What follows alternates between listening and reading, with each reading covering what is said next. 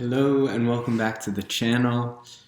Today I have a short video about a lesson that I learned when walking in a labyrinth. I was at my new office space and there's a labyrinth on the site, and I just decided that I was going to take a walk in the labyrinth kind of spontaneously. And so as I'm walking through the labyrinth, I'm starting to walk around in these movements in the circles, and there's tons of turns. And the thing that struck me the most was that I would turn towards the center of the labyrinth, and my mind would go to, oh, look, I'm getting so close to the center.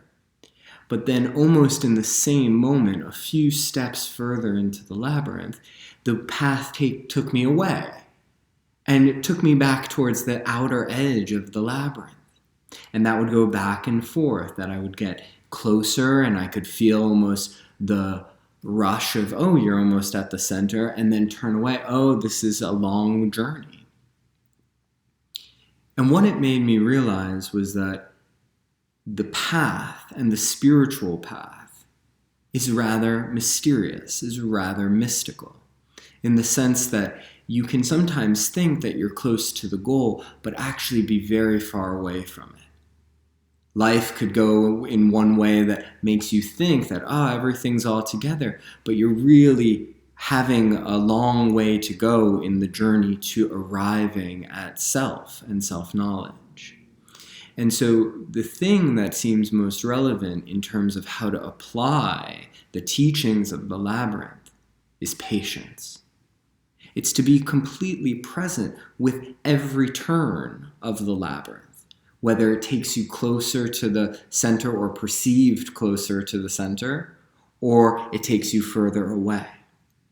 So when something that feels like it's quite tragic or, very challenging occurs, can you take the next breath, arrive in presence, and know and truly trust that it is taking you towards your center, that it is taking you to what you need to experience in order to realize yourself.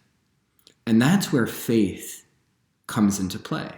So the patience is, in turn, faith, that whatever turn this path is going to take, I know that it's meant to happen. I know that this is part of my growth towards my actualization or my individuation or my self-knowledge. And so this labyrinth, just a bunch of rocks organized in a specific way, was a really deep reminder that patience is an essential part of the spiritual path. So I hope that as you take that in, as you think about that a little bit, where can you see the labyrinth when you're not even in the labyrinth? When can a certain challenging person be part of the path towards self-knowledge? And how do you learn to code everything as a patient step towards yourself? I hope it's a helpful idea or concept. I hope you can apply it. Please like the video, subscribe to this channel, and I'll see you soon.